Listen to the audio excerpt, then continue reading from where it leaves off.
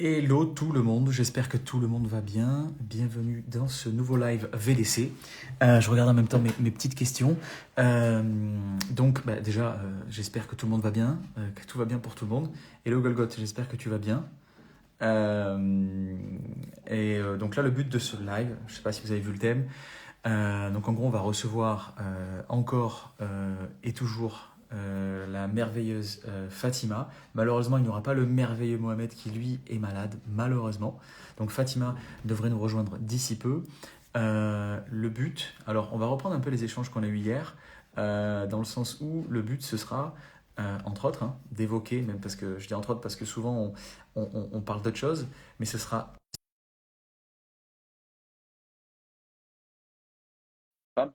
quand tu as justement navigué dans les études ou même dans la profession de l'expertise comptable et aussi surtout de l'audit. Donc voilà, on va recevoir d'ici peu. Hop, bah, elle est là, super. Hello Fatima, comment tu vas? Ça va très bien. Écoute, tu m'as annoncé comme étant la merveilleuse quand je suis arrivée. J'étais trop Eh contente. ben voilà, exactement, exactement. Tu vas bien? Oui, et toi? Très très bien, très très bien. Comme je le disais, Mohamed ne pourra pas être avec nous malheureusement parce qu'il est malade. Ok. Mais voilà, donc du coup, il tient à s'excuser auprès d'un peu tout le monde. Mais malheureusement, voilà, ce ne sont pas des choses qui se décident. Yes. Voilà, voilà. Comment s'est passée ta semaine, Fatima? Bah écoute, on est que le début. Depuis la fois passée. Bah écoute, on a eu un week-end de 3 jours. Si c'est pas merveilleux, je sais pas, en pleine période là, ça fait du bien. T'as pu reposer, t'as pu te reposer un petit peu? Exactement, exactement. Moi, j'ai appris, on en reparlera, mais j'ai appris maintenant à couper les jours fériés aussi et à ne pas me dire, allez, je rattrape mon retard sur les jours fériés. Et du coup, ça fait vraiment du bien d'avoir des coupures comme ça. C'est clair. Et effectivement, c'est des choses sur lesquelles il va falloir qu'on revienne parce que notamment, on parlait la semaine dernière des séries préférées ou des séries du moment et tu nous disais que bah, tu n'en avais pas parce que tu n'avais pas le temps. Alors, j'espère que tu as pu prendre le temps un petit peu, Fatima, de regarder un film, une série ou quelque chose qui sort effectivement du monde de l'audit et de l'expertise comptable. Euh, donc voilà, tu nous en diras un petit peu plus à la fin du live. J'espère que c'est le cas. Euh, Bah écoute, très bien. Là, le but, effectivement, comme on l'a dit, c'était de revenir un peu, parce qu'il y a eu pas mal on a eu pas mal de questions là-dessus, hein, sur ton parcours à toi, notamment en tant que femme dans l'expertise comptable, dans l'audit. Donc on s'est dit que le but, c'était d'approfondir, parce que la fois passée, on avait commencé évidemment à le faire, mais effectivement, on a une autre merveilleuse personne qui nous a rejoint, la personne de la présidente de l'Ordre national des experts comptables. C'était d'ailleurs hyper passionnant. Enfin, je pense que tu partages mon avis là-dessus. C'était génial, hein, ce qu'elle avait à nous dire. Juste pour faire un petit retour là-dessus, rapide, c'était top de l'avoir avec nous. Moi, j'ai trouvé ça dingue déjà, enfin qu'elle ait été aussi réactive parce que le sujet était important.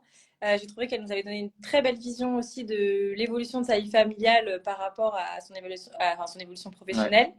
Et c'est hyper intéressant d'avoir la vision de quelqu'un qui a parfois priorisé l'un sur l'autre et qui a su le faire de manière très habile, justement. Et j'ai trouvé que c'était intéressant d'avoir le recul de quelqu'un qui a pris le temps de faire le point, en fait. Ouais, Nous, on est ouais, deux. bien sûr. Moi, je suis en plein dedans. Moi, je réagis beaucoup à chaud. Et donc, j'ai trouvé ça quand même assez intéressant et aussi de comprendre pourquoi je les ai engagés justement dans des fonctions ordinales, notamment. Ouais, c'est clair. Moi, ce que j'ai trouvé intéressant, alors d'ailleurs, nous, on a eu pas mal de messages en plus de collaborateurs notamment qui nous disaient, mais en fait, ils n'imaginaient pas déjà qu'il y avait une présidente. Donc déjà, tu vois, déjà, c'est quelque chose d'intéressant. Ça prouve aussi, voilà, hein, que les clichés ont encore un peu la vie dure. Donc ça, c'était intéressant. Et qui sont pas forcément informés hein, de ce qui se passe dans les instances. Donc ça aussi, c'était cool de pouvoir leur montrer que, ben non, en fait, il y a des instances, il y a une présidente et elle est la personne que vous avez pu voir et elle a ça à dire. Donc ça, déjà, je pense que c'était assez intéressant. Parce que c'est des gens qui, généralement, ne sont pas forcément assujettis à recevoir ce genre d'échanges-là, de discours-là. Ils s'en foutent, ils sont comptables, on passe à autre chose, tu vois, et je peux comprendre, tu vois. Mais là, du coup, c'est intéressant qu'il l'ait. Et surtout, comme tu l'as dit, un super retour sur elle en tant que personne, en tant qu'être humain. Et donc, je trouvais ça hyper intéressant. Donc, voilà, ben, dans l'espoir de l'avoir à nouveau dans d'autres lives. Donc voilà. Mais pour le reste, effectivement, ce qui était intéressant, c'est de revenir un peu sur ton parcours et de façon globale, toi, ce que tu avais à dire dans la compta et sur le fait que toi, ben voilà, toujours pareil, hein, tu es une femme. Alors, j'ai l'impression que les gens ils sont en train de se dire, mais attends, ça fait deux lives, là, on parle des femmes dans la compta, etc. Oui, mais les gars, c'est à un moment donné, voilà, ça fait partie aussi des sujets. Et puis, je crois que ça fait un moment quand même qu'on n'en parle pas, ou pas assez en tout cas. Donc voilà, donnons cette vitrine, en l'occurrence à Fatima, mais qui, je pense, est aussi la porte-parole des autres femmes. Si d'ailleurs il y en a d'autres qui veulent échanger, qu'elles n'hésitent pas. Donc du coup, Fatima, pour revenir sur ton parcours, est-ce que tu peux déjà nous refaire un petit topo de ton parcours pour ceux qui ne le sauraient pas encore? Yes. Alors moi, je me suis pas du tout, je me suis pas du tout à la base destinée à faire de la comptabilité, puisque comme je le disais dans le précédent live, moi je rêvais d'être médecin et plus particulièrement pédiatre. Et il a fallu un jour se réorienter, puisque bah voilà, le concours médecine est très difficile à obtenir. Et en fait, je me suis posé la question de en fait comment je pouvais me rendre utile dans la société, apporter mon aide. Voilà, c'était une réflexion qui a duré pas mal de temps. Et finalement, je me suis dit, voilà, l'expertise comptable, c'est pas mal parce qu'en fait, j'avais bien compris, en tout cas à cette époque-là, que la santé de l'entreprise, ça pénalisait énormément la santé bah, des chefs d'entreprise. Notamment parce qu'en fait, j'adore enfin tout ce qui est magazine de société. Il y a beaucoup de gens qui se disent, mais comment ça se fait que tu regardes ça? Ouais, Mais en fait, ouais, ok, c'est particulier. typiquement, tu vois, Capital, c'est un truc que j'aime bien. Ok. Euh, Parce qu'en fait, Le magazine. non, Capital, enfin, le magazine télé, quoi, la Ah, télé. d'accord, ok, ok, Je sais d'accord, ok. pas pourquoi, parce qu'en fait, c'est tellement vulgarisé que maintenant que j'ai toute la connaissance financière, quand ils parlent bah, d'un aspect financier, de marge, etc., parfois ça mérite le poil. Mais j'aime bien voir comment c'est vulgarisé et surtout, bah, voilà, j'aime bien avoir une vision assez globale de plein de secteurs. Et à ce moment-là, enfin, en tout cas, à cette période-là, il y avait beaucoup de sujets sur ah, mon entreprise va mal, comment ils font, c'est difficile, etc. Et je me suis dit, bon, allez, je vais me lancer dedans. Et puis en plus, j'ai pas besoin de faire des entreprises, par exemple, du BTP. Je peux faire des professions libérales, des médecins, des dentistes, des sages-femmes. Et je serai au contact et tout va bien se passer. Et j'avais compris qu'avec la compta, on pouvait aussi passer des concours comme étant directeur d'hôpital. Donc je me suis dit, allez, je vais là-dedans, puis on verra ce que je peux faire. Attends, attends, je Ouais. me permets de te couper, mais c'est incroyable ce que tu es en train de dire, je savais pas du tout. Mais en fait, l'expertise comptable, ça mène à des métiers qu'on ne soupçonne pas du tout, comme étant, par exemple, de rejoindre le parcours de l'entreprise en difficulté. Donc, c'est des concours qui sont allégés quand tu es déjà expert comptable, Ok, euh, en étant administrateur, par exemple.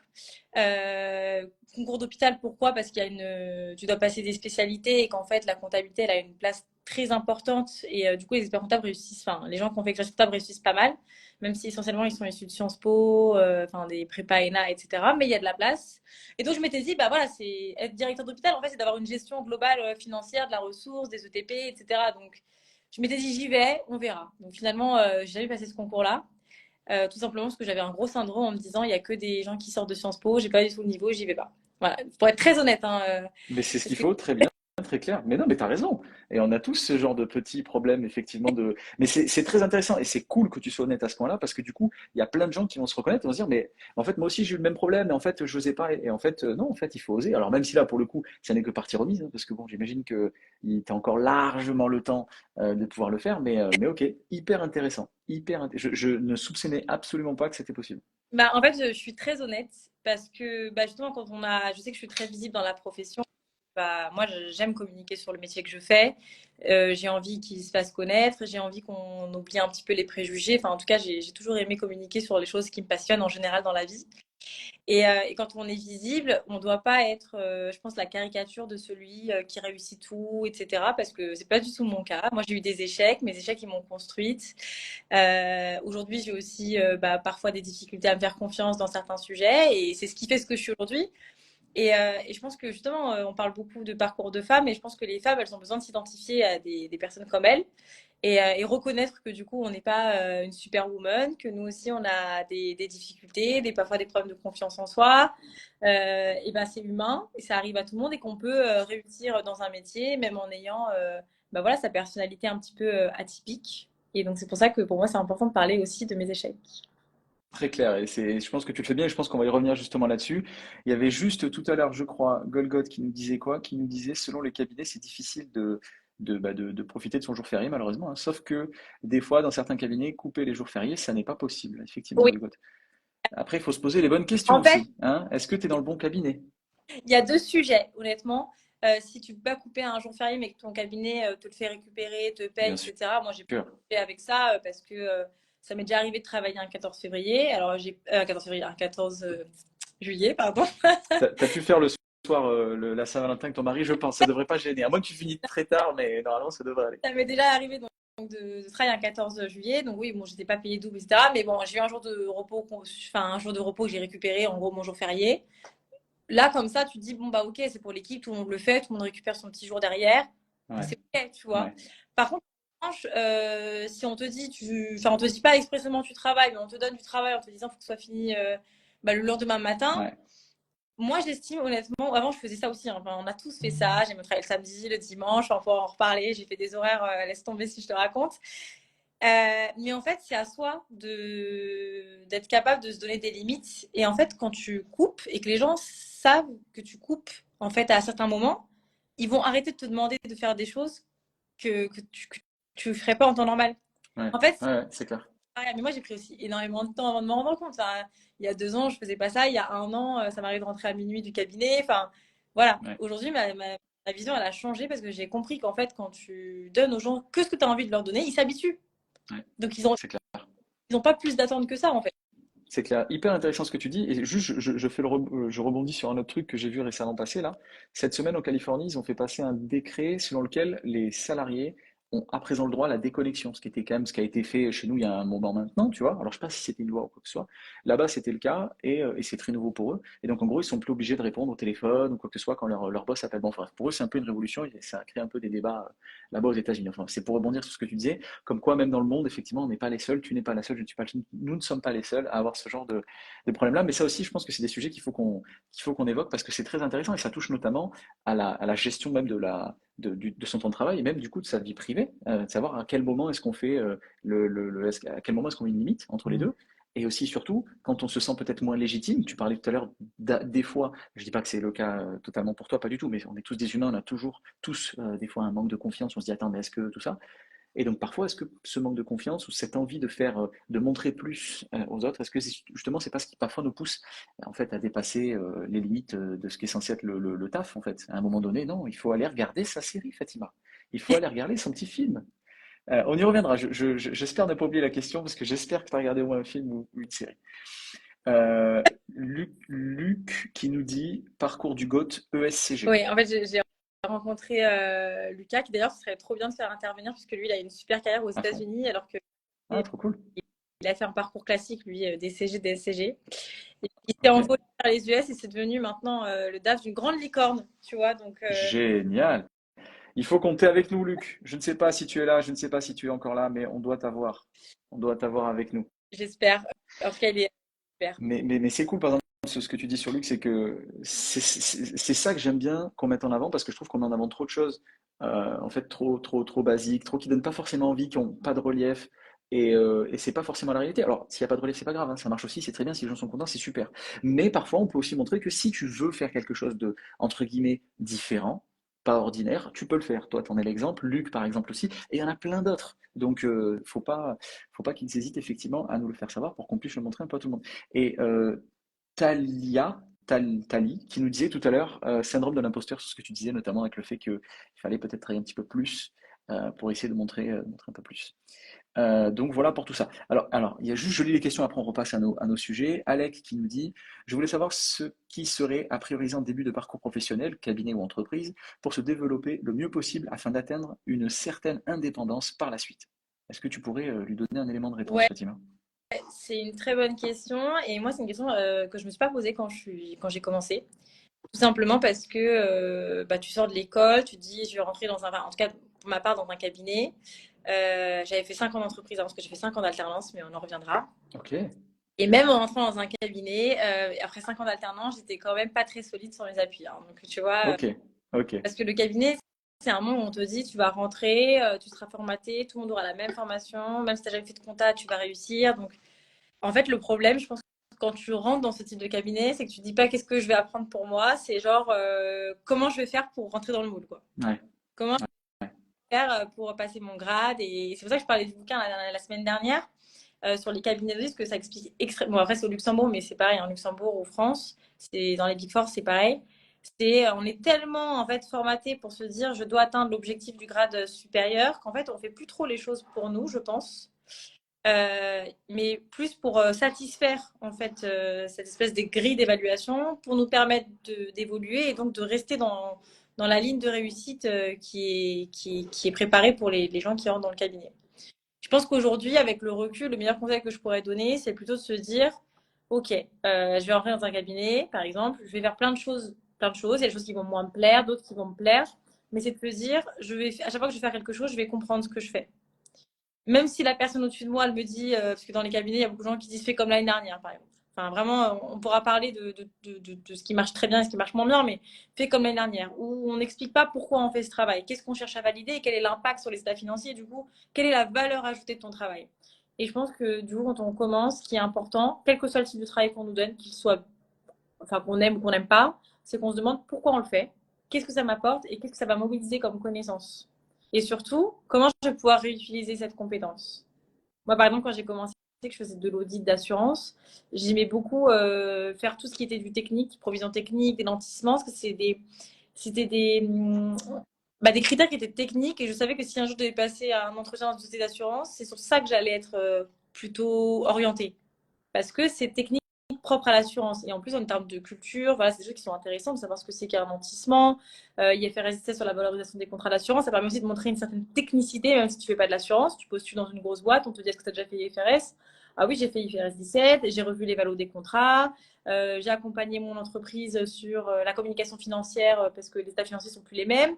Ça permet de montrer que déjà tu comprends les flux, tu comprends l'impact sur l'état financier. Voilà, donc moi, on va dire que avec le temps, à chaque fois que j'ai appris des choses, c'était plutôt pour construire moi, ma compétence technique, savoir me vendre, savoir aussi ce que j'aime faire et comprendre mon métier et ma valeur ajoutée. Parce que, tu vois, j'en parlais beaucoup sur les réseaux sociaux, notamment sur Twitter. Quand je dis que je fais de l'audit, parfois, il y a des gens qui disent, ah ouais, elle fait des tableaux Excel, c'est naze. Comme les gens qui font des strats, on leur dit, ah bah, tu fais que des PPT, quoi. Mais en fait, non. En fait, comme moi, je sais pourquoi je fais mon travail, je connais l'impact et la valeur ajoutée pour les entreprises parce que moi, c'est ce que j'aime dans mon travail, c'est ma relation avec les clients. Bah, je le vois différemment. Pour moi, je fais pas que des tableaux Excel. Bien sûr qu'on travaille sur Excel, mais ma valeur ajoutée, elle n'est pas là. Et je pense que quand tu commences, il faut absolument te dire pourquoi je fais ce travail. Et si la personne ne veut pas t'expliquer, cherche quelqu'un, cherche tout seul. Enfin, faut pas être un robot en fait et exécuter. Parce qu'au bout d'un an et demi, on est usé et du coup, on trouve que c'est nul ce qu'on fait et on reste juste pour rester, pour se dire c'est un tremplin. Et ça, c'est trop dommage. Quelle est la valeur ajoutée de faire autant d'horaires sur un truc qu'on ne comprend pas? Et aussi pour soi-même, la curiosité personnelle, tu vois, pour grandir et se dire, bah voilà, peut-être que plus tard, je ferai plutôt ça, du contrôle de gestion. Enfin, l'audit, c'est merveilleux parce que tu rencontres tellement de personnes dans l'entreprise et dans la hiérarchie que tu explores plein de métiers que tu n'aurais pas la chance d'explorer en CDI. Il faudrait changer de boîte chaque année, quoi. Donc voilà, mon meilleur conseil. Il était long, mais il était important. Mais il était très clair. Donner du sens de façon globale. Mais je Ouais, trouve ça hyper intéressant. Et je pense que de toute façon, ce que tu dis, c'est valable pour toutes les professions du monde, en fait, hein. C'est bête, hein, mais peut-être que dans la compta, l'audit, etc., les gens se sont plus faits à l'idée. Mais voilà, c'est juste tenter de trouver effectivement du sens à ce qu'on fait et comprendre pourquoi est-ce qu'on fait les choses, clairement. exactement. Euh, voilà. Et donc, du coup, juste, je repasse aussi un peu rapidement sur les questions. Logan qui nous dit bonsoir, est-ce que vous prenez des stagiaires? Alors, je ne sais pas si toi tu prends des stagiaires directement, Fatima. En tout cas, Logan, n'hésite pas à aller sur appicab.fr, h-a-2-p-y-c-a-b.fr, et à postuler au cabinet qui te semble le plus à même de correspondre à ton besoin, et comme le dit Fatima, qui vont te permettre de donner du sens à ton travail. Golgot qui nous dit il n'y a que quand tu changes de boulot que tu prends du recul et tu te rends compte de tout ce qui n'allait pas. Oui, un peu quand tu sors la tête du guidon, et ça, je peux que te rejoindre là-dessus. Enfin, moi, je veux dire, dans le monde de l'entrepreneuriat, c'est un peu la même chose. Tu te rends pas compte, tu te rends pas compte du fait que tu continues en fait de faire la même chose, tu continues de t'obstiner à faire des choses, tu continues à faire les mêmes erreurs, etc. Alors qu'en fait, effectivement, quand tu sors un peu la tête du guidon, et ça rejoint ce que disait Fatima tout à l'heure, avec le fait qu'il fallait couper. Ce qui est assez étrange, c'est que moi, par exemple, je dis à tout le monde, les gars, il faut faire des pauses, il faut couper.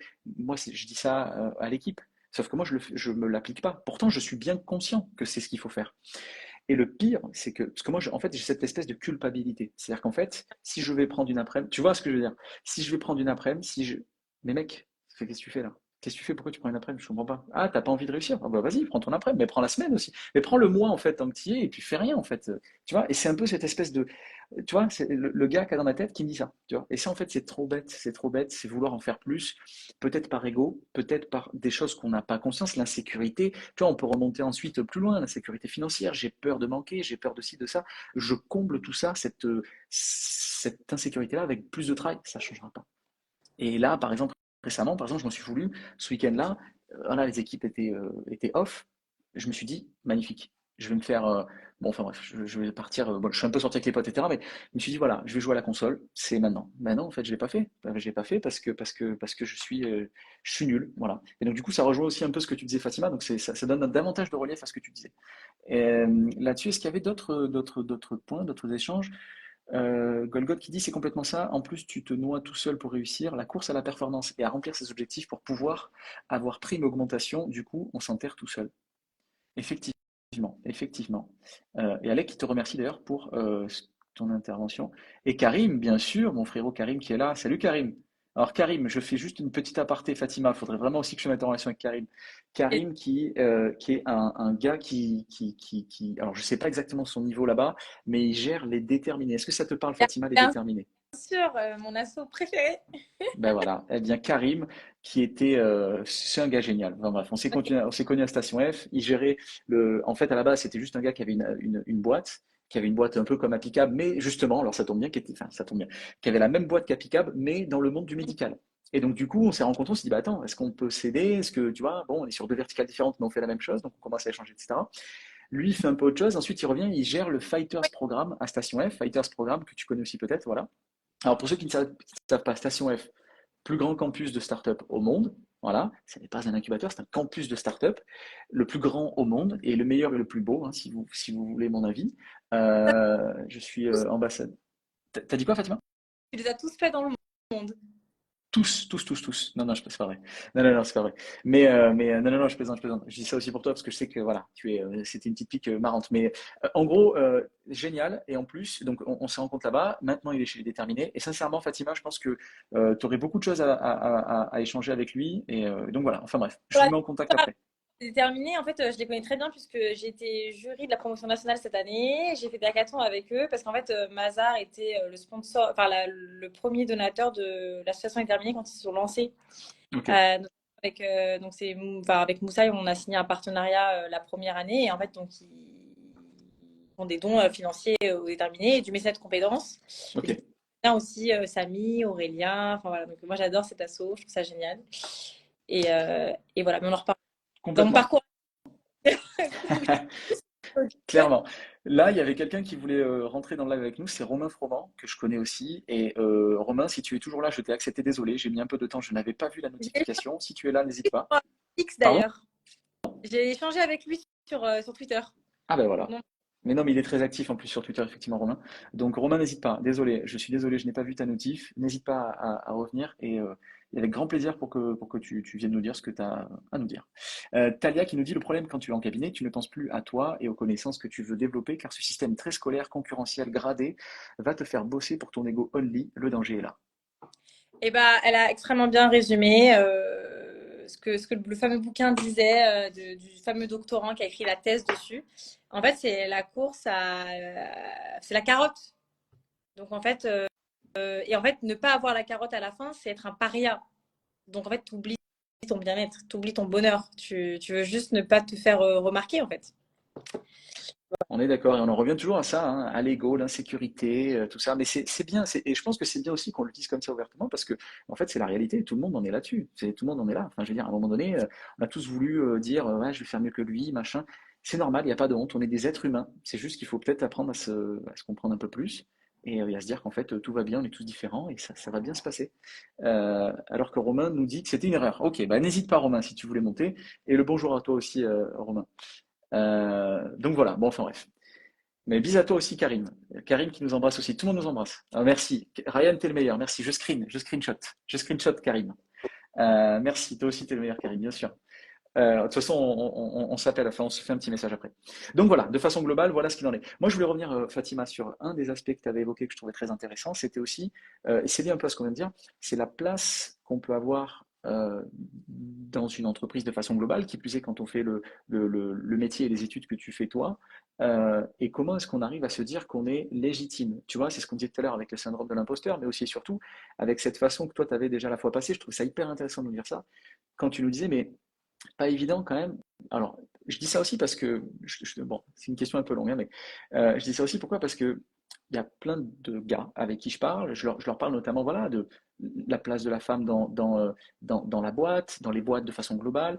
C'est peut-être pas forcément aussi évident. Elles n'ont pas forcément d'exemple. Parce que si je dis ça, c'est parce que bah, tu le sais, il y a plein d'hommes qui sont. Enfin, et je leur jette pas la pierre, chacun a ses. Bon, voilà, voit le monde comme il veut. Mais c'est vrai que c'est des gens qui souvent me disent bah, en fait, les femmes, ouais, je comprends pas pourquoi elles nous font ci, pourquoi elles nous font ça. Tu vois, bon, enfin bref. Et encore une fois, moi je jette pas la pierre. Je suis là pour écouter, on discute, machin, tant qu'on se met pas des coups de poing. Voilà. Mais et à chaque fois, j'en suis là. Et c'est pour ça, ce serait intéressant aussi d'avoir ton avis là-dessus, quand à se dire, mais comment est-ce qu'une femme peut on dirait se retrouver, tu vois, dans une boîte et se dire, ok, en fait, ma place, elle est là, et c'est légitime. Et en fait, je me sens légitime là-dedans, tu Mm. vois. Euh, en fait, enfin, ta question elle est intéressante, mais je pense qu'il faut aussi l'avoir de différents aspects. Ça dépend dans quel type de boîte on évolue déjà. Ouais. Par exemple, d'audit, donc pour les gros cabinets, hein, peut-être pour le top 6 7 français, enfin, donc on connaît. Ouais. Je dirais, tu vois, jusqu'à BDO, RSM, où il y a vraiment les grades, etc. Mhm. En fait, on ne se sent jamais légitime parce que c'est le modèle qui est comme ça. Ouais. Comme, Ok. en fait, tu peux surperformer une année, l'année suivante, on remet des compteurs à zéro. Donc, si tu as raté ton année, ta deuxième année, en fait, on s'en fout que tu aies surperformé la première année.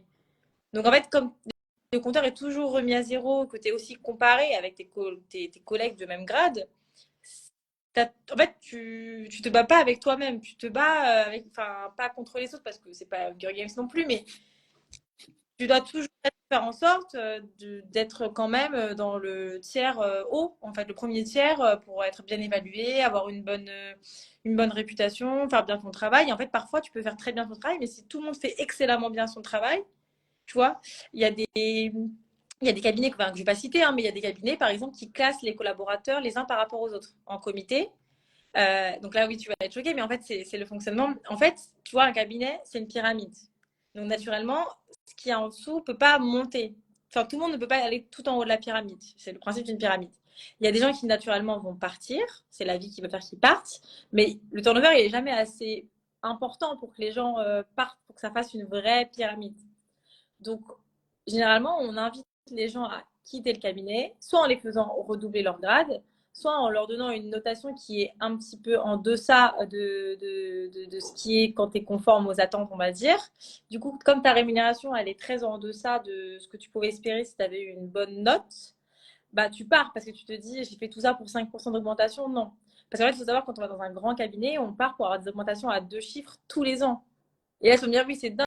Moi, ça fait 3 ans et demi que je fais l'audit, j'ai doublé mon salaire. Je sais qu'il y a peu de travail qui offre ce confort. Ce confort. Après, faut beaucoup travailler pour obtenir ce confort et faut être courageux. Mais c'est quand même une grande chance. Mais comme on ne peut pas augmenter tout le monde, parce que déjà, financièrement, c'est pas possible, il y a la pyramide, etc. Bah, il y a des gens qui ont 5% d'augmentation, par exemple. Et quand tu as 5% d'augmentation, quand tu as travaillé autant une année et que tu passes ton grade, que tu as des responsabilités supplémentaires, mais que tu as 5%, et que en fait la boîte du CAC 40 a donné 5% et en plus de l'intéressement, de la participation, de l'abondement, les chèques vacances, etc., je te dis, mais en fait, où est ma place? Et donc, naturellement, ça écume. Et pour pouvoir noter, en fait, tu peux pas mettre. Si tous les managers trouvent que leurs, par exemple, seniors sont très bien, ils vont tous mettre la bonne note. Sauf que comme il n'y a pas de place, après, bah, voilà, le comité va dire, bah, en fait, ouais, mais lui, il avait des dossiers plus faciles, ou lui, il a maltraité son collaborateur. Et donc, ça permet de nuancer un petit peu et du coup de savoir qui on va mettre dans les deux et qui on va mettre dans les trois. Bon, je parle 2 et 3 parce que dans mon cabinet, c'est comme ça, mais dans d'autres cabinets, c'est 3 et 2 et inversement. Voilà. Ok, très clair. Mais ce que j'ai trouvé assez intéressant, c'est que tu parlais notamment de redoubler un grade, etc. On est à l'école, c'est l'école primaire, comment c'est quoi Exactement. le Et principe? je t'invite je le vois d'ici parce qu'il est dans ma bibliothèque, mais je t'invite vraiment à acheter ce livre si tu as envie de vraiment comprendre un peu tout ça. En fait, c'est vraiment, tu arrives junior 1, donc c'est comme si tu étais au CP, on va dire, et en fait, chaque année, enfin, il y a un conseil de classe avec un comité, donc c'est le conseil de classe. Les gens te font des observations, les observations sont réunies, on lit tout à haute voix et on tire une conclusion sur ta performance. Et en fonction de ta note, ben, tu passes l'école supérieure ou alors tu redoubles et puis tu as le petit bonus d'augmentation en fonction de ta performance. Ok. Il Il y y a a même Alec qui. des classes. T'as dit quoi, pardon? Il y a même des gens qui sautent des classes. Ça s'appelle un jump. Ah oui, d'accord, des petits surdoués, d'accord. Ok. Mais très clair. Alec qui nous demande le nom du livre, si tu l'as, Fatima. Je vais le chercher. Ok. Voilà, au moins Alec, là, carrément, t'as même le livre. Exactement. Et Donc, j'avais fait un top tweet à l'époque parce que je l'avais posté. Plein de gens l'avaient acheté. J'avais dit que j'allais demander des royalties. Cœur des cabinets de conseil, d'audit et de conseil de la distinction à la soumission pardon, de Sébastien Stenger. Et il a fait une conférence qui est disponible sur YouTube où il parle des grandes lignes et comment il a réalisé cette thèse, parce que du coup, c'est une thèse qui a été publiée. Je vous incite juste à lâcher chez votre petit libraire. Vous pouvez le commander plutôt que d'aller chez Amazon, la Fnac, etc. Voilà, petit passage. C'est plus sympa.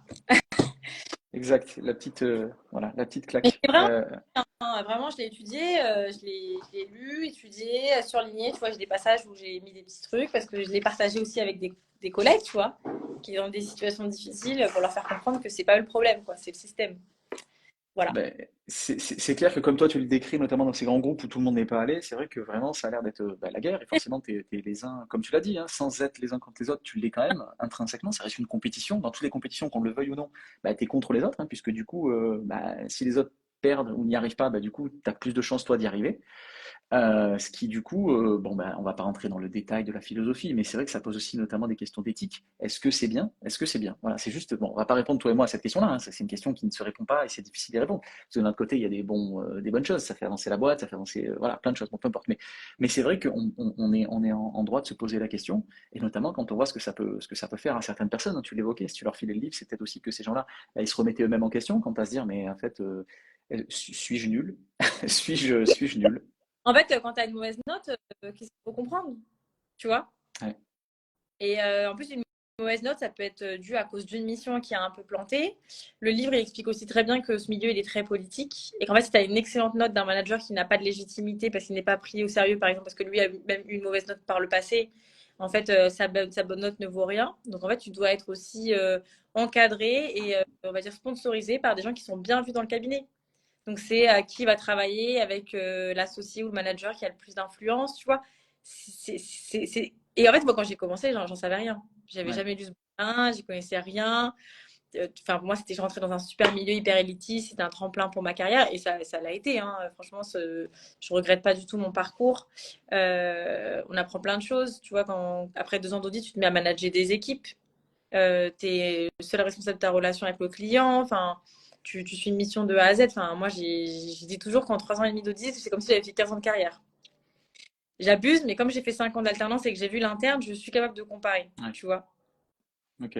Non, mais c'est hyper intéressant, c'est hyper intéressant. Mais c'est vrai que oui, ouais, oui, ça a l'air d'être un vrai enjeu en termes notamment de relations. C'est pas juste du travail, c'est aussi surtout des relations en interne avec qui est-ce que tu t'entends bien, est-ce que tu fais les bons choix d'association avec les bonnes personnes.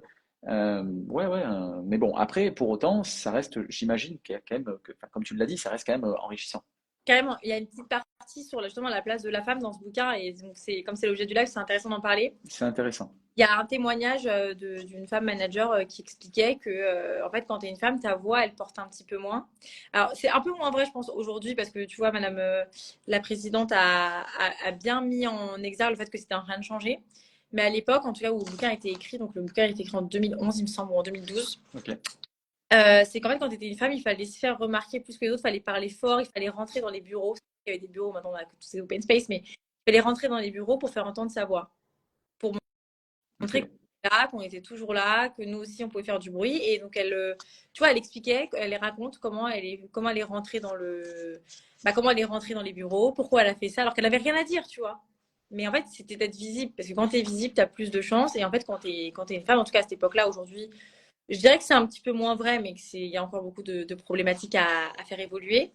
Il faut se faire voir, il faut parler fort, même quand tu n'as rien à dire. Et c'est triste, parce qu'en fait, normalement, quand tu es dans le monde du travail, la seule chose que tu as envie de faire, c'est d'améliorer tes compétences Ouais. et pas d'améliorer ta visibilité ou ta politique, quoi. Donc On voilà. est, on est d'accord. Et c'est là aussi qu'arrivent les limites justement de cette façon de faire de certaines grosses boîtes. Alors attention, hein, pour ceux qui rejoignent le live maintenant, on parle vraiment de certaines boîtes de conseil très particulières, etc. Des des grosses structures. Et évidemment, dans les structures moins importantes, ça n'est pas le cas. Et justement, on va y revenir. Après, il faudrait aussi qu'on apporte une petite touche de positivité sur le reste, mais on va y revenir. Non, non, non, mais tu fais bien. Moi, je pense que c'est très important d'être honnête et de dire les vraies choses. Donc, si c'est pas positif, ça ne l'est pas, c'est pas grave.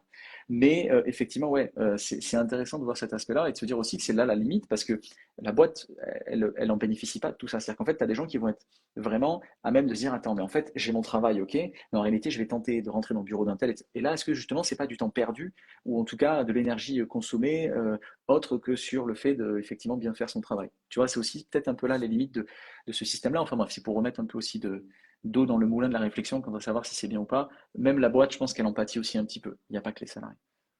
Donc voilà pour ça. Ok, très clair sur cet aspect-là. Et donc du coup, parce qu'à la base, c'est vrai qu'on était quand même sur ton parcours. Donc là, tu as fait tout ça, très clair. Après, qu'est-ce qu'il en a été, notamment en termes de... est-ce qu'il y a eu d'autres choses de ton parcours que tu aimerais évoquer, et notamment qui mettent, on va dire, peut-être davantage en relief certains aspects positifs ou négatifs d'ailleurs, du fait que toi, bah, justement, Sacha qui nous dit parler de sexe, s'il vous plaît, d'accord. Ah non, je pensais qu'elle disait ne parlez pas de sexe, justement, en pensant parlez pas de Ouais. genre. Ok. Entendu, Sacha. Très bien. Mais en gros, est-ce qu'il y a des choses comme ça qui ont été dans Bah, justement ce parcours-là, enfin, je sais pas, qui t'ont marqué plus que ça? je pense que ce qui est super dans ce parcours, en tout cas, enfin, comparé par exemple au parcours d'avocat, c'est qu'on a la possibilité de faire tout en Ouais. alternance. Et c'est une vraie plus-value. Moi, personnellement, je suis très contente d'avoir fait ça parce qu'en fait, en 5 ans, j'ai eu la possibilité de voir tellement de métiers dans le monde corporate. Mais quand j'étais dans enfin, tellement de possibilités, c'est-à-dire que quand j'ai commencé, j'étais vraiment à la comptabilité fournisseur, vraiment, qu'est-ce que c'est débit crédit, comment on comprend, etc., etc., tout ça. Et en fait, comme ça se passait vraiment bien dans le groupe dans lequel j'étais, donc moi, j'ai évolué dans un groupe bancaire au départ. Ensuite, je suis montée en compétences et du coup, je suis aussi montée en grade dans le service, donc la comptabilité plus générale. Ensuite, j'ai vu l'intégration fiscale et c'est génial d'aller dans un grand groupe bancaire et de voir le service d'intégration fiscale parce que j'ai appris que c'était des prix de transfert, tu vois, alors que j'ai pas fait de master fiscalité, mais du coup j'ai appris beaucoup de choses. Et ensuite, je suis partie dans un groupe d'assurance la dernière année où j'ai appris la gestion de projet IFRS et notamment IFRS 17. C'était en plein moment de l'implémentation, donc tu vois comment on implémente une norme, quels sont les sujets techniques, comment on fait appel à des consultants et pourquoi. Et en fait, ça m'a permis de savoir qu'est-ce que j'avais envie de faire et qu'est-ce que j'avais envie de pas faire. Aussi, ça m'a permis de comprendre vraiment pourquoi aujourd'hui j'ai choisi l'audit, c'est parce qu'en fait, j'avais vu plein de choses, mais je me suis dit, parce que j'ai vu mes collègues autour de moi, j'ai compris rapidement en fait que quand tu allais dans une grosse boîte, en tout cas quand tu es jeune diplômé, avant de pouvoir évoluer, il faut pouvoir faire son grand. Enfin, il faut pouvoir, comment dire, il faut pouvoir montrer en fait. Et quand tu es très très très jeune, bah, tu fais 2, 3 ans, 4 ans, 5 ans sur le même poste avant de pouvoir évoluer. Il faut se faire connaître. Et en fait, quand tu es très très très jeune, tu commences vraiment dans des directions bah, comptables ou financières de manière. Bah, c'est un peu le taylorisme. C'est-à-dire que tu as tes tâches, il peut y avoir des projets, etc. Mais pour pouvoir avoir un projet, il faut déjà prouver que pendant 3 ans, tu es capable de faire ce boulot. Et comme, enfin, personnellement, j'ai tendance à m'ennuyer très vite. Enfin, je déteste savoir ce que je vais faire chaque jour, en fait. Arriver le matin et dire, ma tâche, ça va être ça, ça, ça, ça, ça. Oh, c'est vraiment ça. En fait, ça m'angoisse, mais après, c'est mon parcours. Et du coup, ça m'a appris beaucoup, beaucoup, beaucoup de choses sur qu'est-ce que j'avais pas envie de faire. Et en fait, quand j'ai entendu parler des cabinets d'audit, bon, déjà, au-delà du fait que c'était un tremplin, que c'était super pour moi parce que je venais de la fac et que quand tu as fait la fac, tu sais, au début, les cabinets d'audit, c'est pas pour toi, il faut faire une grande école de commerce, etc. Je me suis dit, ben, ok, j'y vais, je vais pouvoir connaître plein de choses, c'est un tremplin et je vais peut-être y aller 2, 3 ans et puis après, j'irai dans une grosse boîte, mais du coup, j'aurai un poste un peu haut dans la hiérarchie, donc peut-être ce sera des missions différentes et voilà. Et après, je me suis prise un petit peu au jeu. C'est qu'en fait, en audit, tu as l'impression de travailler dans 40 boîtes différentes parce que chaque mission est différente, chaque client est différent. Moi, j'ai audité de la banque, j'ai audité de l'assurance, j'ai audité l'industrie. L'industrie, moi, je connaissais rien du tout. Enfin, j'ai audité des boîtes d'armement, enfin, tu vois, vraiment assez large. J'ai fait du service et j'ai fait de l'immobilier. Donc, en fait, Ah ouais. tout ça, bah, tu te dis, bah, j'ai pas vu toutes les boîtes du monde, mais j'ai vu toutes les grandes places enfin, du CAC 40. Je vois un petit peu comment ça fonctionne. Je vois aussi les problématiques et où il y a de la valeur. Et donc après, tu orientes ton parcours dans ton cabinet en fonction les besoins qu'il va y avoir. Et c'est pour ça, par exemple, que j'ai choisi l'hybridation. Et donc, moi, c'était important pour moi de parler de ça. C'est qu'en fait, j'ai commencé auditeur financier. Et avec le temps, j'ai compris la place de l'IT, les enjeux de chaque entreprise justement autour du SI, puisque c'est le SI qui produit l'information financière. Je me suis dit, bah, ok, là, il y a des vrais besoins. Je chantais mes clients qui disaient, ah, ok, nous, on ne sait pas comment faire ça. On va voir un consultant, il va faire ça l'année prochaine. Du coup, j'ai construit, on va dire, mon parcours autour des besoins de mon client en me disant, bah, voilà, si dans 3 ans j'en ai marre, je sais quels sont les besoins des clients, je sais où je peux acquérir de la compétence. Et je pense que c'est très bien d'évoluer dans un cabinet d'audit ou de conseil en général, parce que comme tu vois les besoins qui existent dans tous les secteurs d'activité, ça te permet toi de te dire, bah, ok, je façonne ma carrière sur le besoin du marché. Alors que quand tu commences dans une grosse boîte, quand tu sors de l'école, bah, le besoin, il est là quand tu commences. Mais moi, j'ai quelqu'un qui était avec moi en master, il a fait contrôleur de gestion. Il commence en contrôle de gestion, bah, il est toujours en contrôle de gestion là aujourd'hui. Ok. Parce qu'il y a eu des besoins dans sa boîte, mais c'est pas lui qui est venu postuler pour les besoins parce qu'en fait, il sait faire que ça. Et Ouais. il n'a pas évolué avec le marché, il n'a pas vu quels étaient les besoins, par exemple, à lui dans le secteur automobile. Voilà comment le secteur automobile il a évolué, etc. Très clair, très clair. Et donc, en gros, enfin, toi, ce que tu nous dis de ton parcours, en tout cas, de ce que je comprends, c'est aussi bah, ne pas hésiter à aller voir aussi ce que font les clients en direct, comprendre leurs besoins et tenter effectivement d'y répondre au mieux et de se spécialiser, entre guillemets, sur les besoins des clients et de se laisser un peu aller par le flot Ouais. du. Maintenant, tu peux pas faire de l'audit si tu comprends pas les besoins de tes clients parce que les risques d'audit, ils sont généralement associés à ce qui pêche un peu. Dans le Ouais. secteur d'activité, bien évidemment. Mais par exemple, tu vois, un client qui va te dire, oui, bah voilà, nous, on va changer de RP bientôt parce que le nôtre, il est obsolète. Ou par exemple, on veut évoluer vers ça parce que notre secteur d'activité, il nous permet d'évoluer sur ça, etc. Ben, ça te permet de te dire, ah ouais, cet ERP-là, il est un peu en vogue. J'ai commencé voilà, à me renseigner sur ça. Moi, par exemple, j'ai compris que SAP, c'était vraiment ce qu'il fallait maîtriser aujourd'hui. Donc, j'ai adoré faire de l'immobilier parce que j'ai eu une petite aventure entrepreneuriale dans l'immobilier. Sauf que j'ai Ok. compris qu'en fait, l'immobilier, aujourd'hui, c'est la crise. Tu vois, Taravella, donc le PDG du groupe Altarea, qui prépare tous ses collaborateurs à une très longue crise alors que c'est une des plus grandes fortunes, une fortune française. Bah voilà, je ne vais pas aller me former dans l'immobilier. Aujourd'hui, ça ne construit plus parce qu'on n'arrive plus à vendre. Non, par contre, tu vois, SAP, ça me parlait pas trop. C'est le secteur industriel. Industriel, franchement, ça fait pas rêver quand tu es une femme. En tout cas, personnellement, moi, ça me faisait pas rêver.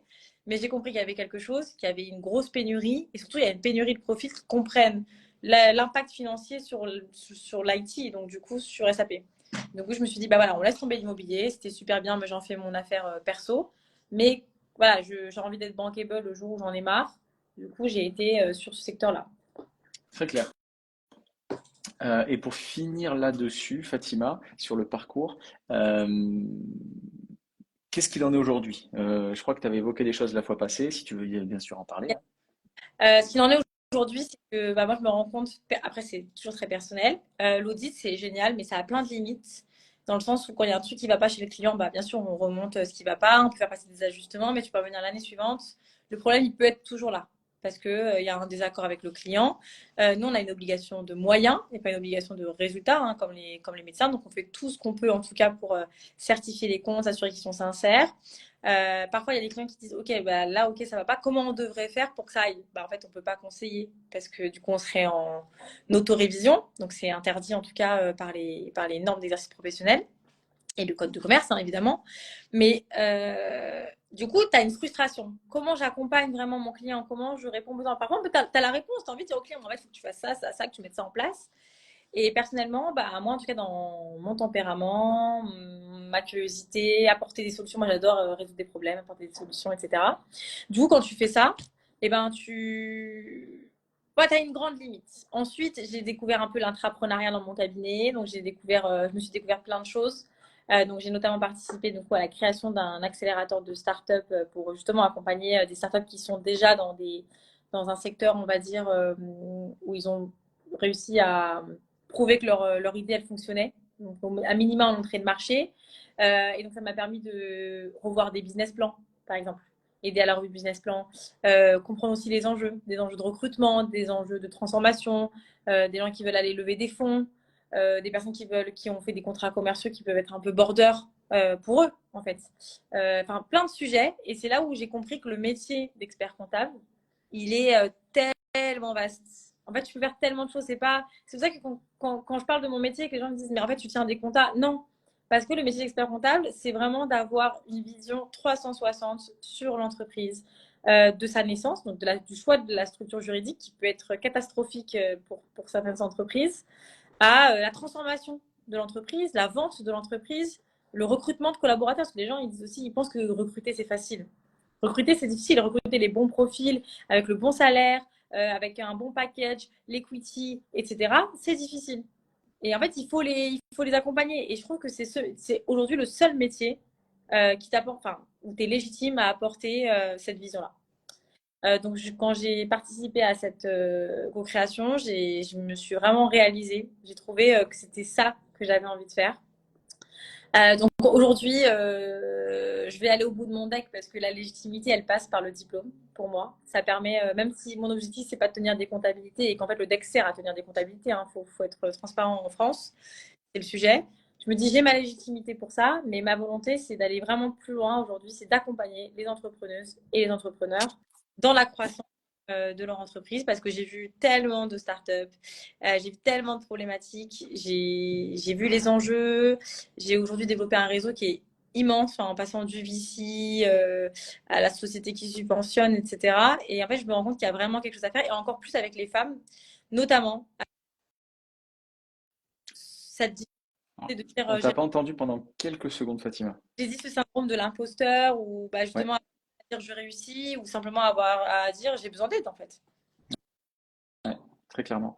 Et notamment là-dessus, donc toi, bon, tu avais parlé effectivement de l'incubateur que tu avais créé, etc., qui était aussi surtout à destination des femmes, si je me trompe pas. 70% des projets à minima sont portés par des femmes. Ok, d'accord. Mais il est, enfin, tu l'annonces comme tel, c'est vraiment, tu te dis, ok, c'est un incubateur destiné aux femmes. Comment est-ce que tu le packages? Comment est-ce que tu fais? Alors déjà c'est un accélérateur, enfin un Ok, incubateur. ok, La différence, très clair. elle est, la différence, elle est au niveau de la maturité. Par exemple, un incubateur, c'est vraiment, tu as une idée, tu veux transformer l'idée vers l'entreprise et un peu construire ton business model. L'accélérateur, il vient vraiment après. Tu as déjà ton business model qui est validé, etc. Tu commences à générer des contrats ou à vendre, ou, enfin, peu importe le produit, et que tu vas te transformer. Typiquement, tu veux lever des fonds, tu veux te restructurer, tu veux vendre ta boîte. Enfin, il y a plein de sujets. Il y a autant de sujets qu'il y a de start-up.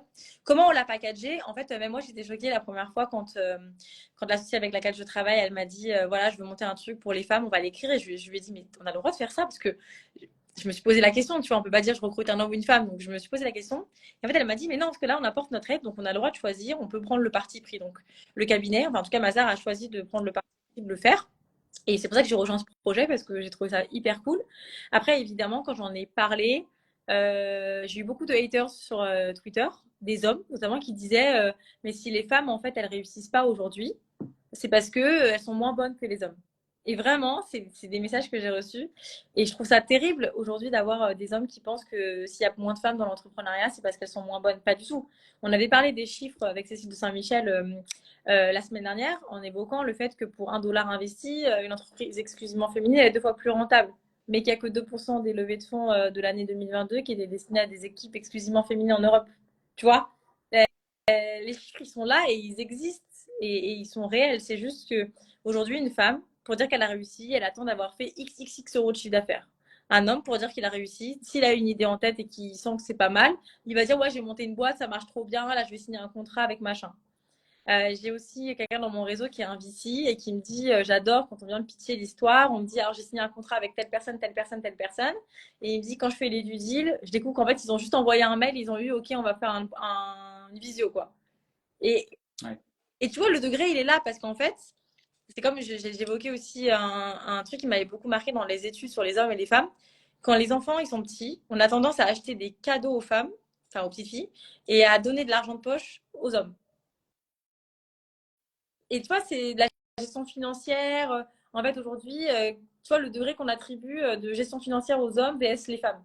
Ça commence, mais c'est pas volontaire, tu vois, mais la société, elle est faite comme ça. Et donc, forcément, quand les femmes, elles grandissent avec déjà moins de confiance dans l'économie en général et de leur capacité à générer du cash, ben, elles se mettent elles-mêmes des barrières. Et dans la tech, bah voilà, enfin, les chiffres sont catastrophiques. Non, mais c'est clair. Moi qui y suis, je peux clairement le dire. Oui, oui, c'est clairement fou. C'est clairement fou.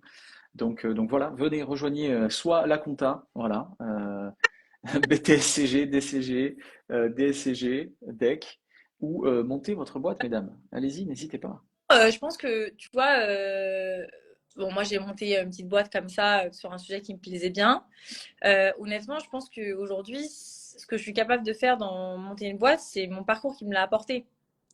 Parce que aujourd'hui, moi, je sais ce que regarde un VC quand il est prêt à investir de l'argent. Je sais aussi, enfin, c'est tout bête, mais un contrat juridique, par exemple, aujourd'hui, on est capable de savoir si c'est moyen, pas moyen, ce que ça engage.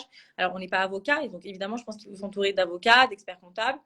Et c'est marrant parce que la présidente du Conseil national était à Go Entrepreneur aujourd'hui, donc j'ai suivi un petit peu son intervention. Et justement, elle était sur la main stage, et c'est ça que j'ai beaucoup apprécié d'avoir déjà une femme de l'ordre qui parle des experts comptables à un salon d'entrepreneurs européen, c'est génial. Et elle disait, mais ne négligez pas, enfin, elle est venue avec un de ses clients, et elle disait, mais ne négligez pas l'expert comptable. Aujourd'hui, j'ai des gens, ils me disent, ah, je suis ma compta tout seul. Enfin, tu fais ta compta tout seul. Non, mais vraiment, enfin, même moi qui ai fait des études de compta, je fais pas ma compta toute seule, tu vois. Parce que faire sa comptabilité, ça demande d'avoir une connaissance sur le secteur d'activité dans lequel on évolue, sur plein de sujets. Et voilà, et je pense que oui, ça permet de bien, enfin, on peut très bien devenir expert comptable et monter sa boîte et pas que ce soit par un cabinet. Il y a plein de, tu vois, il y a plein d'experts comptables qui se sont renouvelés, hein, Bien sûr. qui ont fait plein de choses. Nous, on a un associé au cabinet qui a monté son centre équestre, tu vois. Et Ouais, bah voilà. il a un congé sabbatique, il a dit si ça marche, salut, et si ça marche pas, je reviens. Ouais, Mais je pense qu'il a des prédispositions, enfin, tu es associé dans un cabinet d'audit, tu vois, mondialement connu. Voilà, enfin, bien sûr qu'il a déjà toutes les bonnes bases. Tu vois, pour c'est répondre clair. à un banquier aujourd'hui, quand il te prête de l'argent, enfin, en tout cas, pour ceux qui vont voir des conseillers pro ou des chargés d'affaires, ils n'ont pas un background expertise comptable. Alors, ils ont un background, ils ont des gens, des experts pour voir s'il y a des trucs qui vont pas. Mais si tu es expert comptable, tu vas avoir le banquier. Si tu ne montes pas d'argent auprès de ton banquier, c'est qu'il y a un problème, tu vois, il faut Ouais, remettre c'est en clair. question. Donc voilà, donc moi, enfin, en tout cas, j'encourage les femmes à évoluer dans cette profession et à monter leur boîte aussi, et à monter leur boîte. Parce que je pense qu'aujourd'hui, les femmes, elles sont énormément, alors je ne vais pas dire favorisées parce que c'est pas le mot, je pense qu'on est en train de rattraper ce qu'on n'a pas fait pour elles. Et je pense il faut en profiter. Si on a envie, il faut en profiter et se faire accompagner et ne pas avoir peur. Mais après, c'est lié directement à la féminité. Tu vois, quand tu es censé, enfin, quand tu es maman, quand tu attends un enfant, tu peux pas retourner travailler tout de suite, les moyens de garde, etc. Bah, c'est dur quand tu montes une boîte et il me semble que c'était les petits prodiges qui racontaient qu'il y en avait une qui était tombée enceinte, elle était partie en congé maternité et l'autre, c'était arrivé juste après. Donc, du coup, elles avaient fait tourner leur boîte pendant un an à une personne, tu vois, alors qu'elles font des millions de chiffres d'affaires. Après, ça demande d'être bien entouré, ça demande plus d'efforts, mais ça ne veut pas dire qu'on réussit moins. C'est clair. Bah ça, c'est, tu vois, c'est un top message et je pense que c'est en train de se faire. C'est en train de se faire. On pourrait terminer par exemple par une question, notamment celle de Clara. Si tu avais souhaité basculer vers du conseil au sein de ton cabinet, est-ce que tu serais reparti du grade le plus bas? Ou y a-t-il des passerelles? Alors, ça dépend. Par exemple, alors je pense que ça dépend des cabinets en général aussi, mais de façon générale, pour faire de l'expertise comptable, par exemple, faire de l'accompagnement comptable, on estime qu'un auditeur, il a des problèmes de performance. Dans le sens où, en fait, il revoit, mais revoir, c'est pas faire. Donc, généralement, on leur fait perdre, ça peut arriver qu'on leur fait perdre un grade. Sur le conseil, c'est différent. Ça dépend quel type d'audit tu fais, ta performance. En fait, je pense que c'est vraiment à la tête du client en général. Mais bien sûr, si tu es manager en audit, tu ne redeviens pas junior en conseil, hein. Jamais de la vie, sinon, enfin, c'est pas possible en fait. C'est pas possible. Je pense que ça dépend. Mais par exemple, une passerelle qui pourrait bien marcher sur l'audit IT, audit financier, c'est d'aller en conseil de transformation de la fonction finance. Donc, mettre en place une migration d'un ERP chez un client, automatiser une fonction comptable. Voilà, je pense que ça, c'est quelque chose que tu es capable de faire sans avoir à changer de grade, c'est de la gestion de projet. Par contre, de l'accompagnement IFRS, par exemple, quand tu as été auditeur, oui, je pense que c'est compliqué parce qu'en fait, on produit pas, on produit rien en fait. Enfin, on produit rien pour l'entité. Donc, je pense que voilà, ça dépend de ton grade, ton profil, de ce que tu as apporté à ton cabinet. Enfin, voilà, encore. Et c'est aussi un peu politique. Il faut le dire, il faut être honnête. Très clair, très clair. Eh bien, écoute, on a déjà beaucoup parlé, plus que ce qu'on aurait dû, mais c'est très bien. C'est qu'on avait pas mal de choses à dire. Et encore que je n'ai pas posé, vraiment, j'ai posé 10% des questions que je voulais te poser. Oups, Mais peu importe. bavarde, je suis trop bavarde. Non, non, non, non. Au contraire, c'est très bien, c'est très bien. On aura le temps d'y revenir quand Mohamed nous aura rejoint, j'espère, la semaine prochaine. Clara qui te dit très clair, Ouais. merci. Ben, parfait, Clara, si ça a éclairci ta question. Juste, on finira sur une question, Fatima. Tu sais très bien la question que je vais te poser. Est-ce que tu as regardé quelque chose? Est-ce que tu as fait quelque chose, Fatima? Est-ce que tu as regardé une série? Est-ce que tu as regardé un En film? fait, tu sais, c'est pas parce que je regarde pas de série ou pas de film que je fais rien. Donc, je Non, suis bien sûr, mais quand même. Fatima, tu vas nous regarder un petit film, une petite série, quelque alors, chose. en fait, tu vois, je me marie dans 2 semaines, donc en fait, j'ai Ah beaucoup oui, ok, ça va, t'es excusé, c'est bon, c'est de bon, c'est bon. j'ai plein d'autres choses à faire et aussi, je travaille énormément sur l'offre que je suis en train de préparer sur mon site entreprendreinvestir.com. Justement pour accompagner les entrepreneuses et les entrepreneurs, mais être accompagné de grosses têtes du milieu, justement. Et du coup, je travaille à fond aussi sur ça. Donc, ça me prend beaucoup de temps. Et tu vas me dire, oui, mais tu décroches pas vraiment. L'autre disait non. Bah, si, je décroche parce que justement, construire mon offre pour faire quelque chose qui a du sens et pas juste de la notoriété. Comme pourrait le faire mon cabinet, par exemple, parce qu'aujourd'hui, c'est des questions de notoriété, tout le monde le sait. Aujourd'hui, mes aspirations, c'est vraiment de faire quelque chose qui a du sens, qui a de la valeur, tu vois. Je pense même dans mon plus grand espoir, c'est de me dire un jour, je récupérerai tous ceux qui sortent des promos déterminés parce qu'ils ont été suffisamment loin dans l'incubation que je pourrais les accélérer derrière. C'est Donc clair. voilà. Donc ça, c'est quoi ton rêve? Moi, c'est de me greffer au déterminé, de faire la suite. Mais ça, ils le savent déjà et ils connaissent très bien mes ambitions. Et donc, je travaille pour ça parce que pour moi, c'est de ma responsabilité parce que j'ai été épaulée dans plein de choses dans ma vie et je veux juste rendre ce qu'on m'a donné. Voilà. Très beau message, magnifique. Magnifique, magnifique, magnifique. Eh bien, très heureux aussi de savoir ce qui t'attend dans 2 semaines. Donc, évidemment, voilà, beaucoup de préparation et c'est très normal. Il y a Yas aussi qui nous dit actuellement en révision pour mon BTS blanc et Clara Courage. qui est contente pour toi. Courage. Go girl. Et quand on commence, enfin moi, les premières années de compta, c'était dur. Au bout de la deuxième année, tu te dis, ah, est-ce que je veux vraiment faire ça? Mais ça vaut le coup. Ça vaut le coup de patienter et d'aller au bout du cursus parce que ce qu'on voit après en licence, en master, en DEC, ça a une valeur, même si on finit pas expert comptable, ça a une valeur pour après. Vraiment, ça a une valeur très enrichissante, que ce soit sur l'aspect juridique, même pour monter une asso, enfin pour plein de choses. Vraiment, moi, je trouve que c'est des études où quand tu es curieux, t'es vraiment nourri. T'es vraiment nourri. Génial. Ouais. Voilà, ben, j'espère que ça a permis de booster Yas pour ses révisions du BTS blanc. Donc, courage à toi, effectivement. Donc voilà pour ça. Eh bien écoute, merci beaucoup Fatima. Moi que tu es peut-être, je te laisse terminer avec peut-être un mot de la fin. Le mot de la fin, non, mais c'est juste de s'accrocher, hein. Franchement, c'est tout ce que j'ai à dire. Moi, je trouve que c'est une belle profession. Il faut pas s'oublier et il faut bien garder ses objectifs en tête. Et ça, c'est ce qu'on disait avec Mohamed la semaine dernière. Parfois, tu t'oublies parce que la pression du cabinet, la pression de l'entreprise, justement, vouloir faire toujours plus pour satisfaire, c'est oublier de se satisfaire soi-même. Et si on ne se satisfait pas soi-même, on ne tient pas. Donc voilà, le mot de la fin. Magnifique mot de la fin. Merci beaucoup Fatima. On se revoit la semaine prochaine si tout va bien et on continue d'échanger. Merci beaucoup Fatima. Merci beaucoup à tout le monde. Avec Et plaisir. vous pouvez retrouver du coup ce podcast un peu partout, enfin ce live en podcast un peu partout, les vidéos, les réels, etc. qui vont sortir. Donc voilà, merci beaucoup Fatima. Très très bonne soirée à toi et à très vite. À À plus tout bientôt. le monde. Ciao. Ciao.